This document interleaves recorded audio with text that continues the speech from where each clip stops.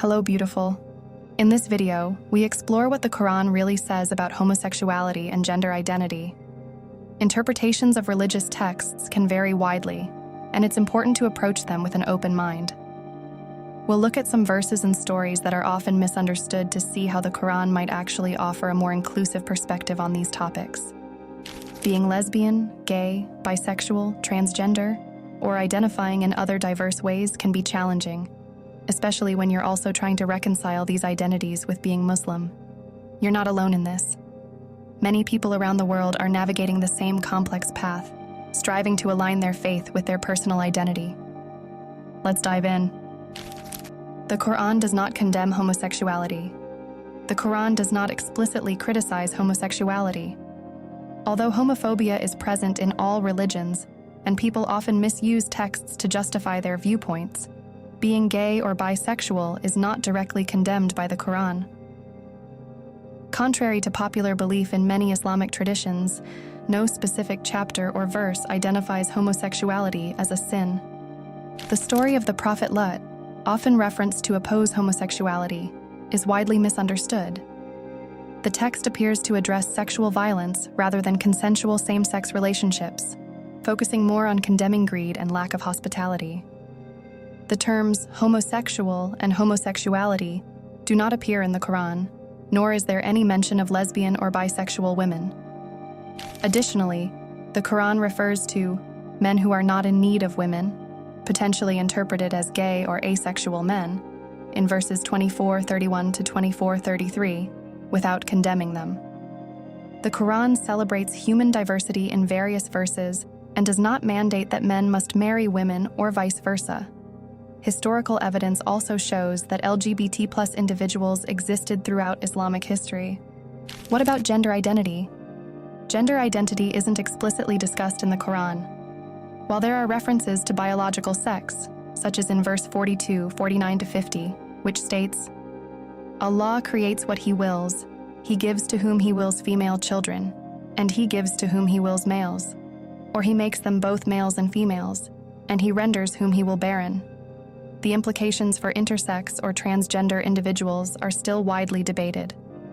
The Quran primarily discusses biological sex rather than gender identity, with more detailed discussions on gender appearing in the hadiths, though the authenticity of these texts can vary. Most Islamic scholars endorse cosmetic surgeries if they serve to correct physical imperfections, providing a path for transgender and non-binary people to pursue gender-confirming surgeries that align their physical appearance with their gender identity. In certain regions with prevalent Islamic beliefs, like Indonesia, gender diversity is officially recognized, with up to 5 gender categories acknowledged. When considering the authenticity of a hadith, it's important to be cautious. While some hadiths are used to criticize LGBT+ people, they are secondary to the Quran and often subject to misinterpretations or could be entirely incorrect. Verify the source of a hadith. If it isn't part of a reputable collection, it's wise to question its validity. Even well-regarded collections of hadiths can contain contradictions, so approach what you accept with discretion. Remember, hadiths were compiled long after Prophet Muhammad's lifetime, making it challenging to confirm their authenticity. Furthermore, there is no historical evidence that the Prophet imposed penalties on individuals in same-gender relationships, despite various claims in the hadiths. It's also important to note that no credible hadith advocates for the death penalty for LGBT+ individuals or those engaging in homosexual acts. Regarding gender variance, the hadiths reference mukhannathun, individuals who might be recognized as transgender women today.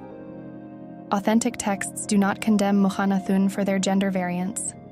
Issues arose only when individuals misrepresented themselves as mukhannathun for deceitful purposes, such as gaining access to women's private spaces. An example from Sahih al-Bukhari 4324 discusses a mukhannath named Hit, who was initially allowed to enter the women's quarters around Prophet Muhammad's wife, Aisha, without the women having to veil. However, when it was revealed that Hit disclosed details about the women's appearances to others, restrictions were then imposed. Change over time. It's important to recognize that religious practices and interpretations adapt over time to fit societal changes. Islam, like any long-standing religion, has evolved since its founding. Many followers today interpret and apply the teachings of the Quran differently than might have been the case when Islam was first established. For example, the Quran stipulates that women wear the hijab and cover themselves fully in public. Nevertheless, contemporary practices vary.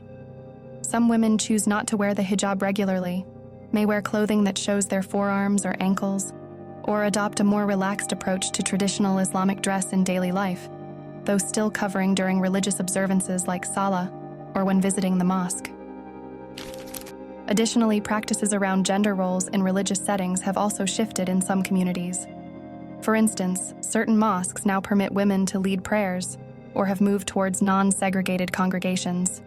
Moreover, not all hold the view that Muslim women must maintain formal interactions with men they are not related to, indicating a shift towards more flexible social interactions within the faith. The Quran explicitly directs followers to refrain from judging or ridiculing others, saying, "O you who have believed, let not a people ridicule another people.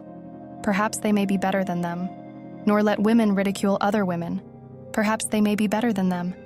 And do not insult one another and do not call each other by offensive nicknames.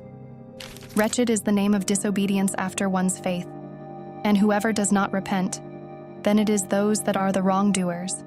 Quran 49:11. Remember, the right to determine how you live your life is yours alone. This includes how you interpret Islam and the Quran, your LGBT+ identity, or any other aspect of your daily life. If you encounter criticism or are told that being LGBT+ is a choice, it's crucial to recognize that these are merely personal opinions, not guidelines you are obliged to follow. Only you can define your life's path, and no one but Allah has the authority to judge how you live. Your LGBT+ identity is a personal matter between you and Allah, and no fellow Muslim has the right to pass judgment on it. Did you enjoy this video? Make sure to give a thumbs up and subscribe to our channel for more educational LGBTQIA+ content.